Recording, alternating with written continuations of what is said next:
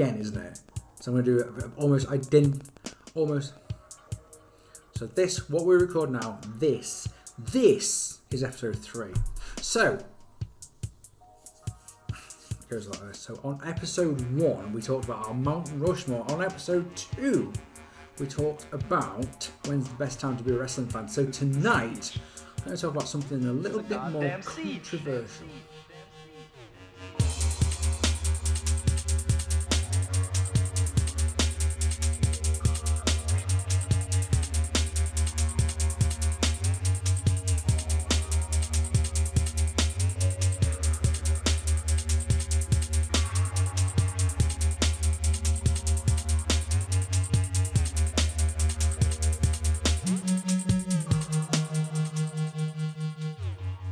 Hello ladies and gentlemen, and welcome to this. It's another episode of your favourite series, and nowadays mine, because it's not 10 years ago. It's Screwdriver with Twist. I'm Mark, he is Dan. And I missed 10 years ago. Well, I don't like reviewing wrestling shows. It's all the things. There's an episode of these because we've been asked a couple of times. This isn't tonight's one, but we've been asked a couple of times in the comments. We've had, would you talk about your YouTube days?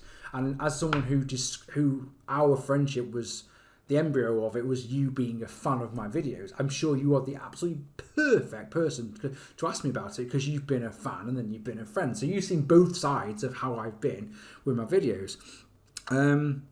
So the time to talk about why I don't do 10 years ago and things like that, and how the series came up and all that jazz is on that episode, which look forward to in the future.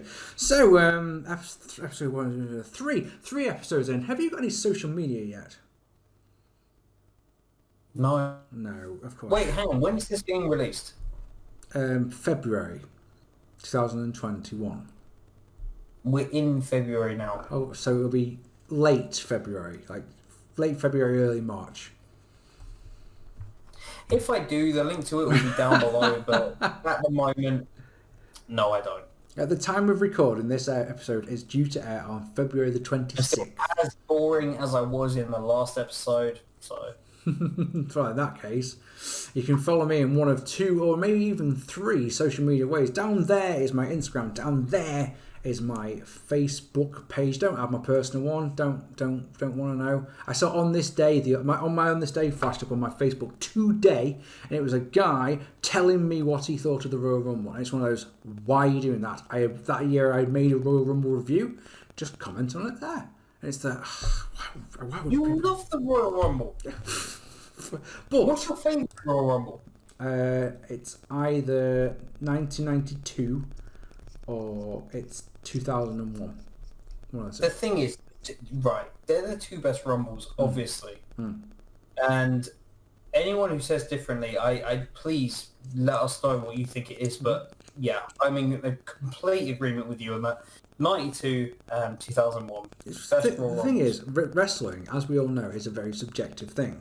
So imagine, for argument's sake, that you're a little bit younger than we are, and your first Royal Rumble that you saw was 2008. Because it was your first one, that could be indelibly linked into your head, like, oh yeah, that's my favourite one. So some people might get an off, but if your favourite Royal Rumble is 1995, you need to have a strong word with yourself, yeah, because that's just not right. I'm going to be that guy, and I'm going to say, right, 2008 was not a bad Rumble. It started with, I believe, Michaels and Taker, because they were the ones who ended it. 2007 is the 3rd best Rumble, in my opinion, and they were the 2 who ended it, and then they started 2008, and then 2008 had that Cena comeback, which no one was expecting, which was big. Even the most ardent Cena hater would have gone, wow, because he wasn't due back. So yeah, good. Good. And you said 95. I mean, Bulldog Michaels number 1 and number 2, and then the last 2 in there. Yeah, and that's the eliminated, and he's not eliminated, and then it's But that's the only good part about that match. I mean, I've talk about there is so few stars in that match. It's not even funny. Anyway, that's a topic we can talk about another time. Rumbles. I'm sure there's a whole episode about Royal Rumbles. We have some big news. Yes, we do. 10 people have unsubscribed from me since we started doing these. No, that's not the thing. That is some news, but that's just a thing. That's just something that's happened. Isn't that strange? I think it's that people have would subscribe to me like 5 years ago, and I stopped making videos, and I've gone, oh, well, never mind. And then they've seen it pop. It's pop. You lost subscribers. Shit happens. It popped up on the subscriber feed. I'm like, oh, that idiot, and just clicked on subscribe. Who knows? No, the big news is that starting from this episode, we will be appearing on Spotify, which is, for me, as someone who's been a DJ since 2017, knowing full well he would never make his own music, is a massive thing for me. But at the end of the day, this is one of those shows that, as much as you can see here what we record, I put the visuals on it on episode 2 because I thought they would be fun, and you guys seem to like those. So, yeah, it can be just an audio podcast. I'm going to try and make a point of not. I was going to say I'm going to try and make a point of not doing anything that could be audio, and then say my Instagram's down there. So well done, Mark. My Instagram is Mark. You could have plugged it as if you don't want to listen, like look at us, then you can listen to us. Like, you had to go the other way. Yes. Fucking hell. Mark R. Pearson 101 is my Instagram. Mark and Pearson. He wonders why he lost subscribers. I mean, it's. Say that again, please, man. And he wonders why he lost subscribers. Yeah, I'll do. I wonder greatly. Yeah, Mark Pearson Wrestling Reviews is the Facebook. Go and check out there. So we'll find us on Spotify. The link is down below. Should you want to, you can listen to us and not look at my and ugly mug and his lovely mug. So it's I'm asking the question this time, aren't I? Second episode in a row. The worst thing is, like, we've been talking all night. We've been talking for the last 5 hours, and you haven't given me a single hint as to what you're going to ask me. I like that. So, as I say, it's not controversial. It's more I'm intrigued to see what comes into your head first. Go on. I'm interested to know how it works that I got to ask you a question on the first episode and then you got 2 in a row. Well, is this because it's your channel? Now, do you want the kayfabe answer to that or the shoot answer to that? Give me the shoot answer. Well, the kayfabe one is much better, but the shoot answer is because... So the kayfabe answer is because it's my channel and I get to do things like that. Whereas the shoot answer is this is the 3rd time we've recorded episode 3 and we had technical difficulties one time and then the other one was a load of shit and we have never going to release it. Alright, fair enough. And that's a shoot, brother. Oh, I'll do that. What's your question, man? 7 minutes in, for fuck's sake. My question to you this week is, when it comes to wrestling storylines, what do you think? What's the first thing you can think of? What's the first storyline that comes into your head where wrestling went too far? So is this in terms of the tongue-in-cheek aspect, where you thought to yourself, I'm not comfortable watching this, I don't know why I watch this anymore? Is that what you're after? Maybe not tongue-in-cheek, because tongue-in-cheek suggests it's more funny than serious. Yeah, but the rest of what you said is exactly it. It's that this makes me feel uncomfortable. This is if you're with your mates, they will turn to you and you like this shit? That sort of thing. Or if it just literally makes you turn off the television in disgust. What's the first one? I had a video pop up on my YouTube channel, which was... I have a YouTube, not a YouTube. Well, everyone's got a YouTube account. And a recommended video was non-wrestling fans watch wrestling and react. Whole thing with Connor, who, obviously died. He had I think he had cancer, and they did the whole thing with him pinning Triple H in the ring, and I thought that was amazing. The stuff they did.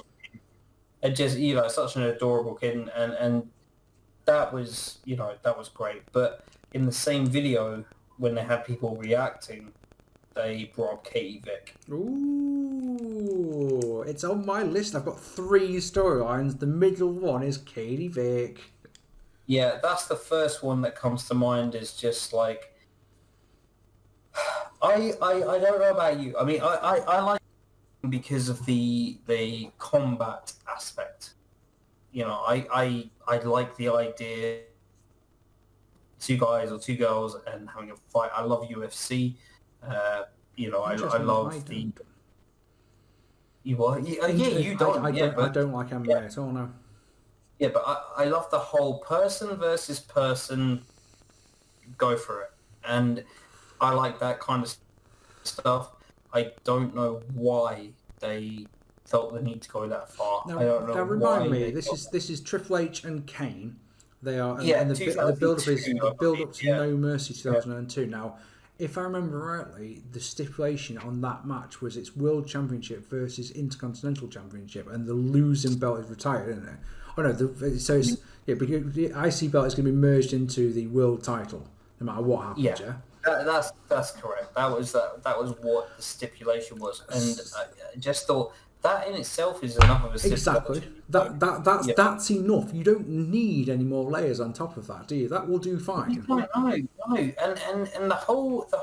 the way they did it. Obviously, it's TV, and I get that. I understand that they need to not necessarily appeal to a certain audience, but they need to put something in there that makes maybe the non-wrestling fan tune in. In my opinion, that went too far. That was just like, and I'm not, I mean, you know me, I'm not saying I'll watch anything and I'll just be like, all right. That's not wrestling. That's got nothing to do with wrestling. It's got nothing to do with belts. It's got nothing to do with titles. It's got nothing to do with, guy versus guy, so to speak. Completely unnecessary.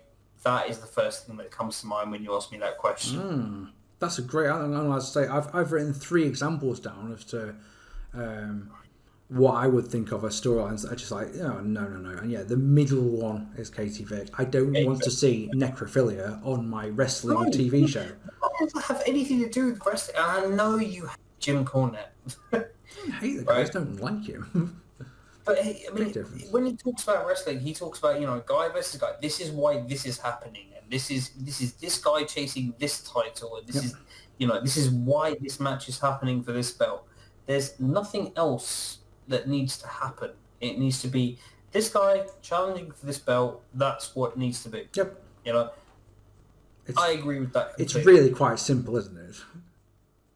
It's wrestling. Yes. Yeah. And this is, I mean, I think, we can get into a discussion about this. This is the difference between wrestling and sports entertainment. See, storylines are important. I hate to use, because otherwise it's just a whole card. It's unnecessary.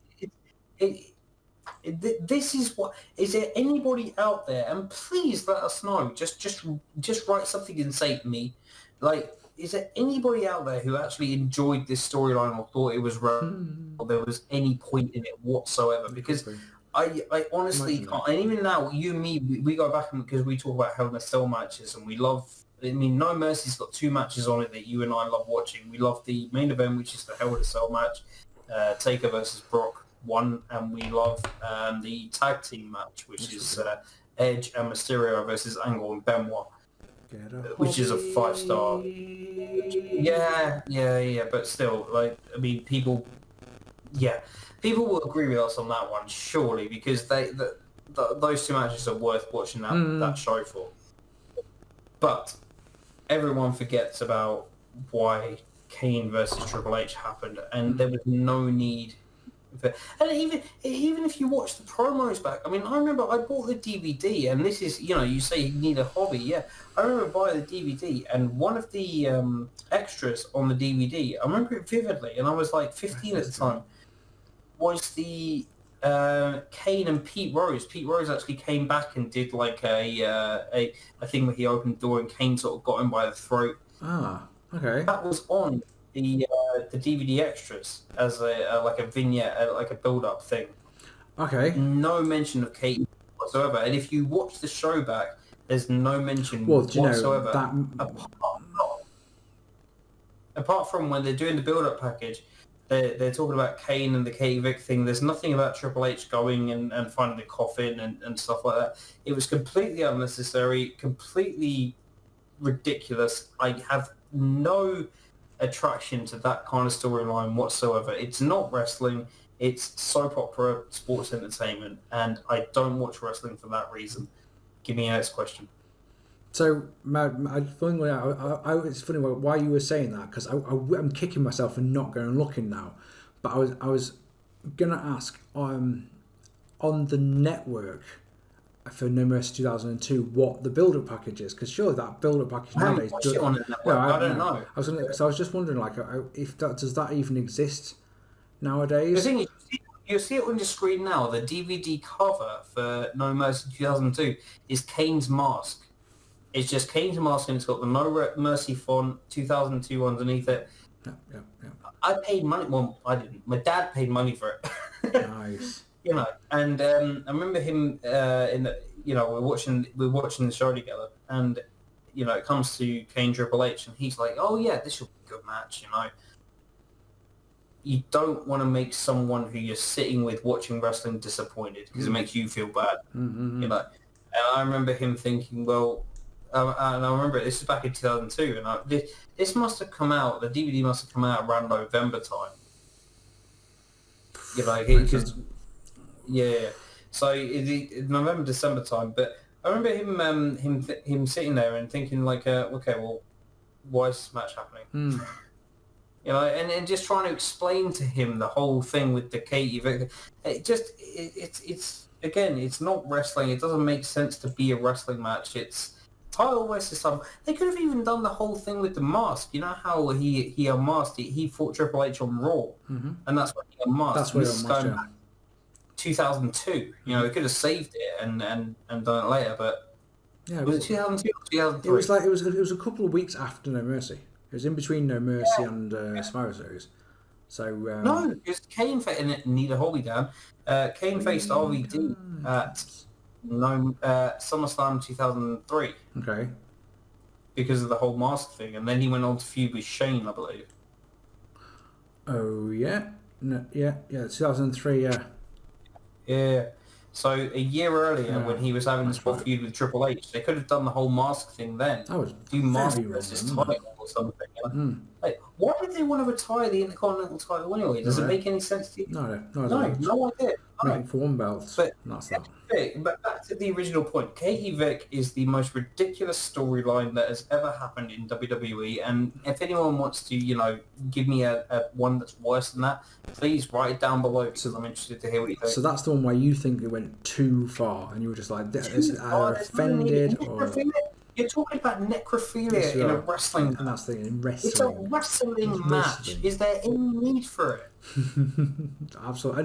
It just makes me mad. It makes me so mad. Yeah. 1:20 in the morning. Good luck getting to sleep, boss. Right, do you want mine? Just as a thing? Yeah, please. Yeah, so, please. Give me your top three. The one that I found hugely uncomfortable at the time. And then I started, when I was watching it for the 10 Years Ago series, and just watching it going, this makes me so fucking angry. And I just, to this day, I can't believe that the people involved, from bottom to top. So the thing I'm talking about is the exploitation of Eddie Guerrero's death. So Eddie Guerrero died in late 2005. And it's just, I know you're watching going, yeah, I know, Mark, fucking get to the point. But just for the one person who isn't, they did a storyline where Rey Mysterio won the championship at WrestleMania 22. But the build-up to it, for example, when Rey Mysterio drew his number out at the Royal Rumble, and he looked up to this guy and said, oh, yeah, you're having a laugh with me, was cringeworthy to the extreme. This is exploitation at its absolute worst. It's using Eddie Guerrero's name and legacy to make money, and you sat there going, like I say, everyone from the bottom to the top, any one of them could have stopped in and go, so when whoever writer came up with it, put it to the McMahons and said, we've got this storyline, we can use Eddie Guerrero's influence, for want of a better word, to get Rey Mysterio the championship. And so at that point, Steph or Triple H or Vince or whoever's in charge can go, don't know. But of course, this is wrestling. So of course, all of them went, that's a great idea, pal. But then Ray was a friend of Eddie's and went, oh, absolutely, yeah, I'll do that. Which says to me that he was more of a mark for the belt, or a mark for the business, or a mark for the WWE in general than he was forever as a friend of Eddie, right? I don't know if you would agree with that one. So I was just like, come on, man, that's not how you want to win your first World Championship in the Fed. But then both Vicky Guerrero and Chavo Guerrero were both involved in the storyline as well. And at no point, so when the idea is presented to them, do they go, oh, that is a good idea? Surely they must have gone, no, I don't like that. They had to use it though because you get the sympathy vote. I don't agree at all. I don't. Oh no, well, yeah. Rey Mysterio is the ultimate underdog because of his size, and he does impressive things. Apparently, I don't like Rey Mysterio, as you guys know. He does impressive things in the ring, and he appeals to what was that? Sorry. You loved him in the 90s. I loved him in the 90s. Yes. I don't like his. I've never been a fan of his Fed run at all. It's the same match. It's the same match every single time. Yeah. Whatever. He's a great wrestler. His character in that time especially. I have him in the same mould as Rob Van Dam, which is that what he does well, but it's the same match every time. I just go, oh look, there it is, great. Yeah. Funny enough, the last great match Rey Mysterio had was with Eddie Guerrero. So. Sorry to throw you off. No, I'm just thinking. I'm just trying to backtrack where I was. Yeah, so Rey Mysterio is an underdog. So you've got if you literally run the storyline of him being the underdog who wins the Rumble and then goes off to WrestleMania in the main event, which he wasn't to win the championship. What's wrong with just that on its own? I don't understand why they felt like they had to use the Eddie Guerrero legacy and the Eddie Guerrero things. It just like I say, that bit gets on my wick. The bit that when Eddie, you chose my number for me. No, I didn't. Do you remember, just butt in here, do you remember No Way Out 2006? And it was Orton versus Mysterio, and then when it goes to Mania. Yeah, and there was a promo that Orton cut, and he said something like, Eddie's not in heaven, Eddie's down there. Yeah. And that, to me, is just representing, like, well, why are you bringing Eddie Guerrero into this? Again, it's, that you're talking about someone who died, who was loved by fans, and you and me both love Eddie Guerrero. I'm sure everybody watching this loves Eddie Guerrero, but there was no need to do that. It's about a belt. It's not about a human being. It's about a belt. Exactly. It's so for me, there are many storylines that I feel uncomfortable about, or when I'm watching it going, I'll give you another example, and What's the third one? Well, the thing is, let me just talk about this one for a second. Anytime there's things where they take a performer's real life issues and make a storyline out of it. So two examples that I wrote down. I'm sure there's many more out there, but both of which involve alcohol. And alcohol is something that's important. Alcoholism, something that's near and dear to me. My youngest brother is an alcoholic, so it's one of those things that it's always going to get me. Where I go, come on. So Scott Hall in WCW and you've been best friends with me for years. You don't count. Scott Hall in WCW and Hawk in WWF both had alcohol issue storylines, and it's just one of those storylines that you could almost excuse it if there's an end game. So, for example, Hawk turned to drink and got pushed off the fucking Titantron by Droz. And, it's like, right, okay, where's the end game? And then with Scott Hall, he would come out with a drink in hand, pretending to be drunk. I'm pretty certain he was drunk. My point is that if you've got an end game, which is sure that they conquer their demons in real life, and you can use that story to then get a push going behind them, to get the sympathy vote that you talked about before, I suppose there are times with that, but there's never an end game for it. So it's just look, this guy's drunk, and we're going to put him on TV as drunk.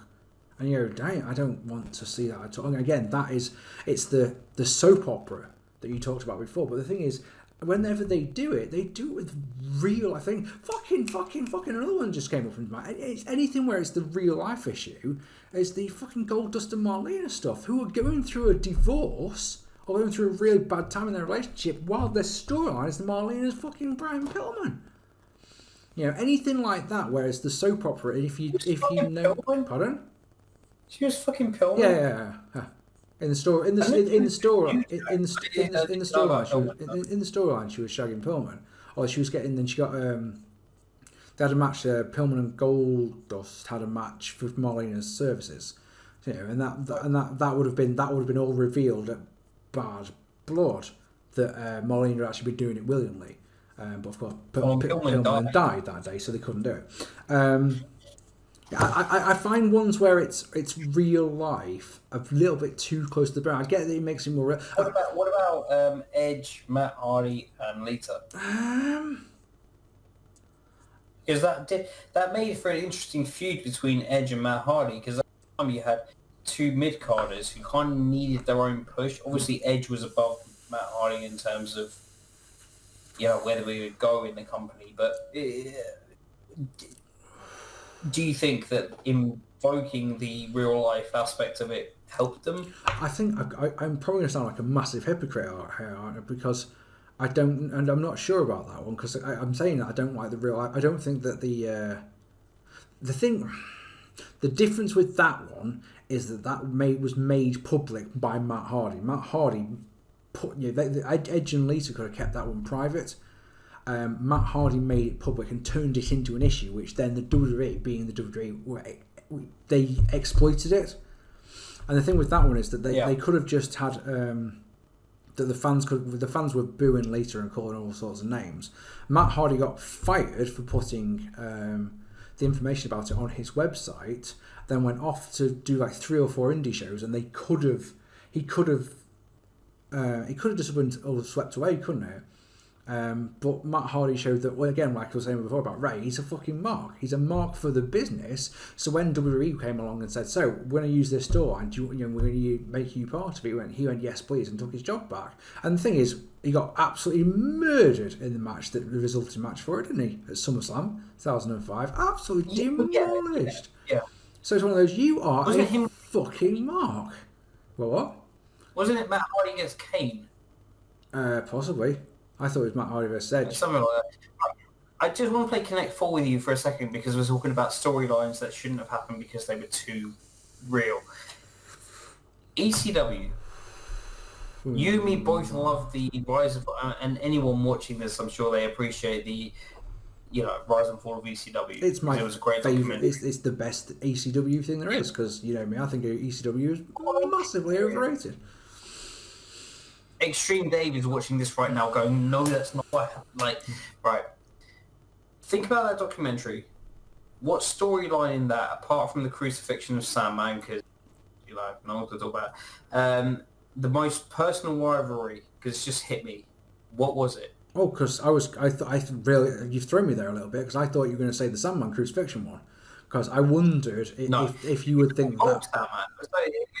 It was Sandman and Raven. Yes. And they brought in Sandman's son.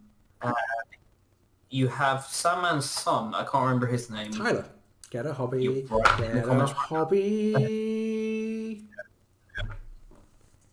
Sandman's son and Raven. And he goes with something Follington, Sandman's ex-wife. And he thinks to himself, okay, now we're involving children who are actually being brought up in the business. And they're actually getting to experience this. And this is actual children who, for the rest of their lives, will be believing that, okay, well, I was a part of this and I was used in part of the storyline. But how much of a storyline is it when the actual children are involved and it's used for a storyline? You think about Dominic Mysterio, who's now in WWE doing what he's doing. And props to him for that. Double the size of his back then, this is with 1995... 1995, 1996, when I can't remember his name, and it's really going to bug me now, but Sandman's son was basically involved with Raven and Sandman's ex-wife. And what the fuck did you just do? Just accidentally clicked on the thing, which meant my chair fell back. Proper central here, right? So that to me is still one of the storyline. It's not necessary. I mean, the booking of it was fine. I understand why they did it, but was it necessary? Is it relating to wrestling? Is it, guy A versus guy B, and this is why this match needs to happen? I can look at that from both sides of the coin, because if I do think about it, I do think to get the Raven character over, that's such a dick thing to do. But also the Raven would have been over anyway, because but I think it's just that you want, at that point, when he does all the things with Tyler, you just want to see him get his ass whooped, and then of course, Tyler.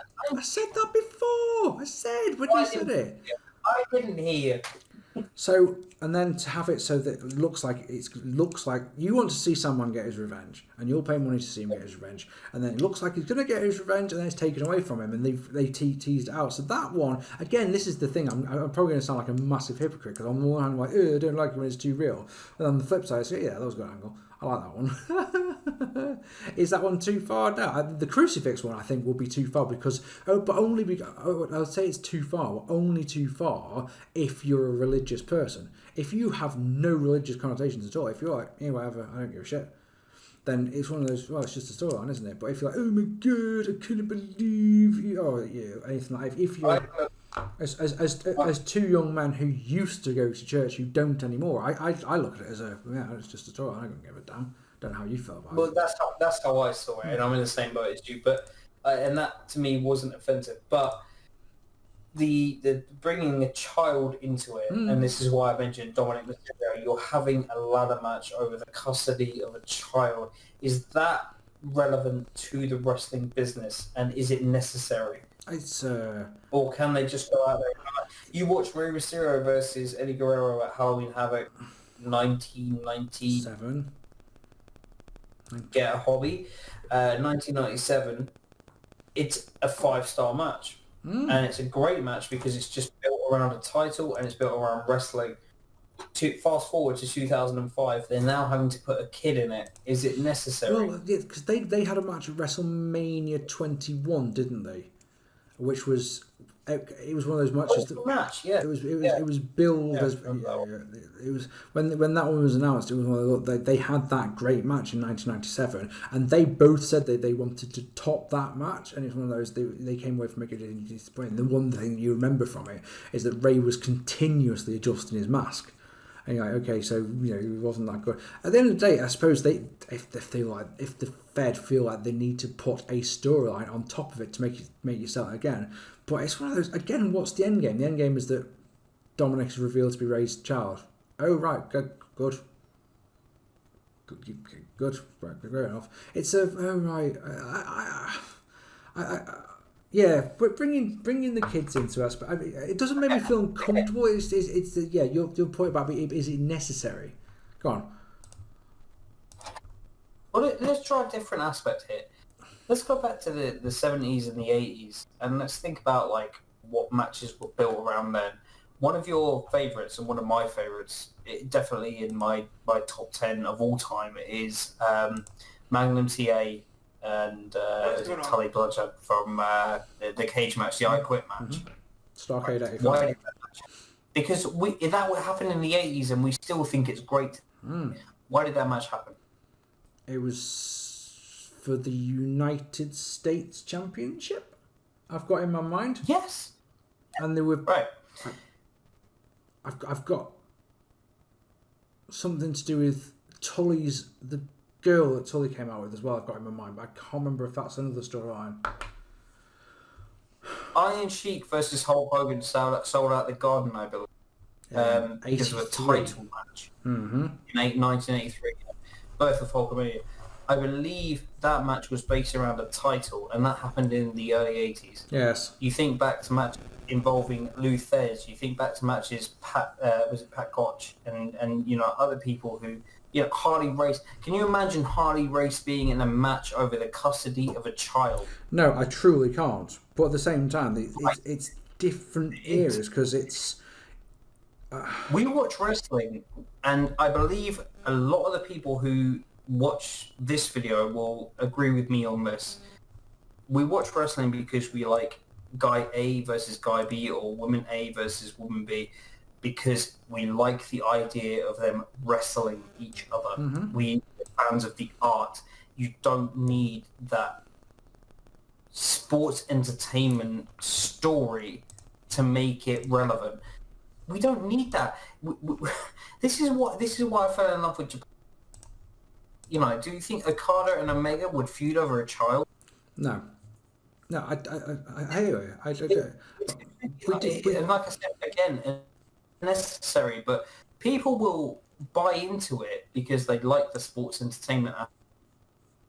Going back to the original point you were making, and you asked me about Katie Vick, in as far as wrestling goes, completely unnecessary, disgusting. I wouldn't pay my money to watch that. I mean, yeah, I paid my money for the show, but there were other I wanted to see, so I kind of shot myself in the foot there. But at the same time, it's like wrestling. We watch wrestling because we like the art of it. You know, you could take all the storylines away, people would still watch wrestling, right? Because they like the combat thing. Like I told you. Ooh, guy's good. You know, Ooh, this guy's good. I'd love to see what happened if those two had a match. Why'd you go to a Brit Rest show? You wouldn't go to a Brit Rest and say, oh, they're having a lab city of a child. I wouldn't put it past some promotions, not naming any names, but yeah, a lot of the time there are matches happening on British wrestling shows that are, this is a guy and he's facing this guy. It's good guy versus bad guy, and that's it. There are very. I can't think of many shows that are storyline top to bottom. You would have watched back in the day Chris Travis, you know, in God Rest His Soul, versus, you know, if he put against Phoenix. You wouldn't even care what the storyline is. You'd buy the ticket to that show. Yeah, and that's one of the problems with British wrestling. Its highest point, was that promoters would get someone like Ray Phoenix in and would be like, right, we're going to have this match. It's Ray Phoenix versus Chris Travis, to use your example. And why is it happening? Because it is. It's like, right, but and the thing is, what used to really fet me off about this one is... Let me finish on this one, is that they would do it. So say, for example, Chris Travis was the world champion, not the world champion, I don't have world champions in British wrestling, but he's the current Marc and Dan wrestling promotion champion, right? So Chris Travis is the champion, and Ray Phoenix has been brought in as the import, and he's getting the title shot. And that used to really fet me off, is why is he getting the title shot? Because he is. Right, but why? What's he done to earn it? Well, he is. He's Ray Phoenix. Like, so I'm Mark Pearson. Do I get a title shot? No, because you're Mark Pearson. No, I'm not talking about titles here. I'm just talking about... No, I'm just having a rant. It's something that PCW used to do every fucking month. They would do, here's the import, and he's got the title shot. It's like, right, what have you done to him? The title they're shot? not in business anymore. Yes, they are. Yes, they are. Really? Okay. They went from being the best in the country to being PCW is still a thing. Really? Well, who knew? So as you've just seen, you think they're not our business. So. Okay. One match that stands out in my mind was they had Guerrero, right? Whoever the first name was there, you didn't hear it. Tozawa. Oh yes, Akira Tozawa. Yeah, Tozawa versus Guerrero. You were there. I was there. Yes. Couldn't come. So I watched. I watched the match, and it was just like it was wrestler A versus wrestler B. It was a blowaway classic, right? Main event. I would still happily watch that match to this day. Right? No build up, nothing. Right? They didn't need anything. And I think that's what wrestling is. Wrestling nowadays, and this is why, and you can go back to the first episode we did, the pilot, about why you don't watch wrestling. And it's just like, there doesn't always have to be an element of drama to build it up. It can be a good wrestler versus a good wrestler. Who cares what their character is? Who cares what the storyline is? If you believe that these two people can have a good match, then let them go and we'll watch it. Yeah, you know? And that's what annoys me when they bring in things like, again, going back to it, Katie Vick, custody of Dominic. What was the other one you mentioned? Eddie Guerrero, the exploitation of Eddie Guerrero's death. Yeah. And there's no need to bring that in. It's wrestling. People watch wrestling because they enjoy wrestling. Correct. It's not about the storylines. If they want to watch that, go watch EastEnders, you know? I hate where you're coming from. I think storylines are important in wrestling. I really do. Because if you've got a card of wrestler A versus wrestler B, I couldn't give a shit for the most part of it. One thing that's interesting, you mentioned about modern wrestling, is the wrestling. We're recording this on the 2nd of February 2021, okay? So 3 days ago, from the moment we're recording this, 3 days ago, was the 2021 Royal Rumble. And the opening contest of that show was Drew McIntyre defending the championship against Goldberg. And you're like, okay, so these two, I'm sure to some people it might be a bit of a dream match. But the promos that Goldberg were cutting leading up to the show was that Drew McIntyre doesn't have any respect. And you sat there going, you're a fucking idiot. Who wrote that fucking line for you? That's utter bollocks. If he was a heel, if Drew McIntyre was a heel, it might work because you get away with he's cocky, he's arrogant. I don't respect you. I don't respect anyone. But Drew McIntyre is a good guy, and you go, what the fuck is that? That's a storyline of the modern times that just utterly puts me off. Where I just go, I don't know. Is that where the business is at now? Business has never been better. You know that. Ratings are in the toilet, but Vince McMahon's just signed that $1 billion, however much it is, for to have the network on Peacock. You know, so he's doing something right. It's one of those things.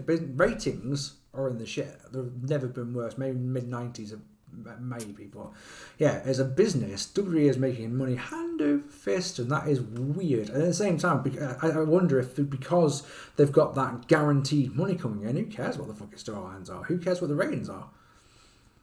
People will always watch WWE regardless of the storylines. No, the hardcore fans will. They've got this X amount who will watch every single week. Doesn't matter what you throw at them, they will always watch it.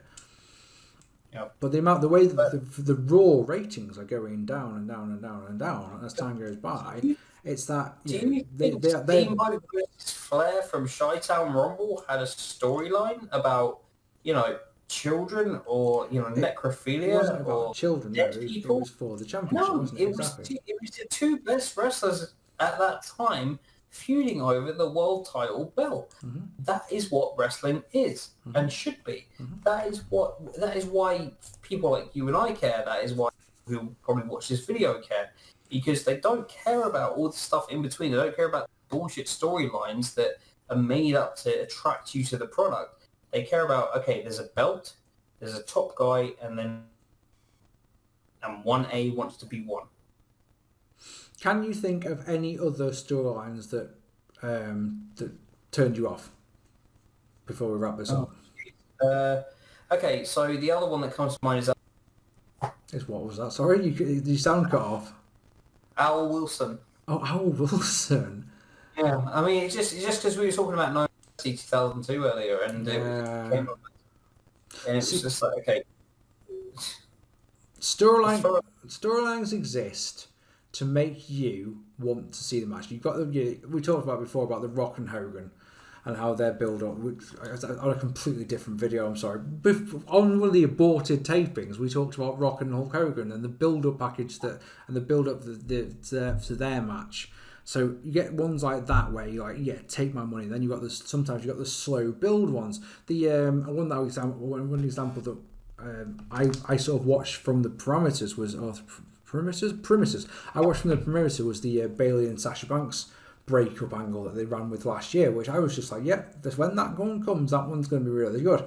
But at the end of the day, storylines exist to make you want to watch a wrestling match, and I think that I can't understand. I always say that wrestling is a business. It's here to make money. I can't understand how anyone thought the Al Wilson match would have made money. I mean, so the Al Wilson storyline. How anyone would think, oh yeah, the marks will really want to see Dawn Marie and Tori Wilson. I couldn't remember a fucking name then. Jesus Christ. Al Wilson and if who? People want to watch a wrestling pay-per-view because they want to see two girls make out, which a month before or whatever it was, then get an internet connection. It's cheaper than the pay-per-view. You laugh at that, but it's true. It's true. And, and this is why you and I watch the past rather than the present. And this is why we like wrestling from the past, because we watch wrestling for wrestling. This is why we're sat here having this conversation, because we like the sport, we like the not necessarily the realism of it, but we like the fact that it's Guy A versus Guy B. There's a belt. But what if it's not for a belt though? Fucking Rock. It's like, you know, you have a passing the torch match or whatever it is. There's always a reason to have a decent, like, you don't need to bring in necrophilia, children, and whatever else it is, you know. You don't need to bring that in to have a good wrestling match. The wrestling itself sells the match. The people in it sell the match. You don't need that kind of storyline. It's just unnecessary. That's what, you know, like I said, go watch EastEnders, or, you know, if you're in America, you know, Days of Our Lives or whatever it is. That's what that is. I'm glad you said that, because I couldn't have told you a single American soap opera. Trust me on that one. I struggle with the ones in the UK. So yeah, but no, seriously, like, you know, I always said you can watch wrestling with the sound off and still appreciate it as much as you would do. You only appreciate it if you appreciate the art. You don't need a storyline to have a good wrestling match. You know, throw two guys out there who can wrestle. We spoke, you know, comically about when we were watching the round table video of I think it was what got mentioned was Luger versus Ivan or something. Okay. And, you know, everyone, I think it was Michael Hayes who was telling the story, and he was saying, you know, oh, we all thought this would be a terrible match, and it turned out to be great.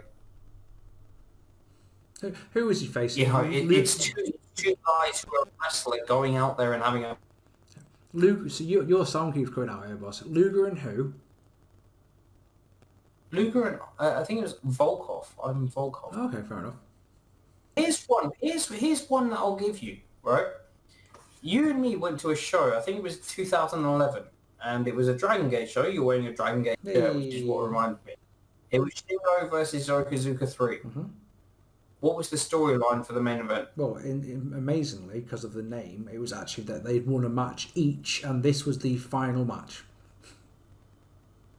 And that was your favourite match of all time? That's my favourite match that I've ever seen, yes.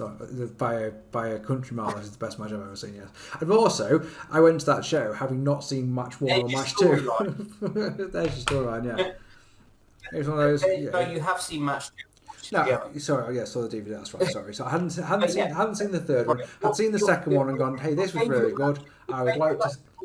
Yes. Okay, it's Wrestler A versus Wrestler B. They've won a match each. Let's have a decider. That's your favourite match of all time. That is the simplest storyline that there is, isn't it? Yeah, absolutely. Yeah, I think he has proved his point there. I wanted to see what's a controversial one, because again, one of the things we've tried to talk about again and again and again on this series is we want to create discussion down there in the comments. So what we would like you to do is let us know down below, if you could, what's a storyline that you've either, it's made you turn the TV off, it's made you go, oh, absolutely not. It could be the one storyline that made you go, I cannot watch this anymore. This is not what I fell in love with. You know, so again, this is one of those ones I'm truly interested in. Let us know down below what is a controversial one. What's the title of the episode is what is too far. So what's just too far for you? Anything else to add to that one, Buzz? Or have we talked for 45 minutes? So is that enough? If you watch WWE shows with the sound off, you'll enjoy them a hell of a lot more. And on that bombshell, ladies and gentlemen, thank you so much for watching this. I've actually managed to record an episode 3 that's actually gone all right. We've had a few technical issues, but you know. This one's all right. So, thank you so much for watching. If you haven't already, hit that subscribe button, hit the like button, hit the bell notification, so all that. Leave me a comment, all that jazz. Follow me on the social medias. Check this episode out on Spotify. You might like it better as an audio video, as an audio podcast than a video. That's very, very difficult to say if it's 10 to 2 in the morning. Somehow. I have been Mark P. He has been Danny Ace. And yeah, see you next time, folks. Take it easy, guys. What about Lita and the losing the baby? Oh, it's Snitsky. It's Snitsky. That's in 2003. Oh. We're talking about like the death of a child to have a wrestling match, which wasn't even any good. I don't know what pay-per-view it was. It was sometime in 2003. Unforgiven 2003. Unforgiven 2003. I'm gonna guess. I thought Kane was feuding with Shane then. Was it 2004? Right. Anyway, the death of a child. The death of a child to have a wrestling match. What's his name? Brian Gewirtz? The writer guy? Is that Raw, yeah. I think so, yeah. Watch this and explain. I'm too mad now. You made me mad. Like 22 in. So, yeah, thanks for watching. So it's 2005. Just for just for completionist purposes, yes, it's 2005. Just what the heck? See, this is why there's many. We're talking about like the death of a child. We're talking about like marriage and stuff. Because SummerSlam 2005 was love her or leave her. Is that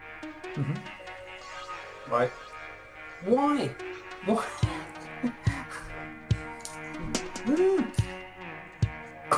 That's why I wanted to talk about that subject.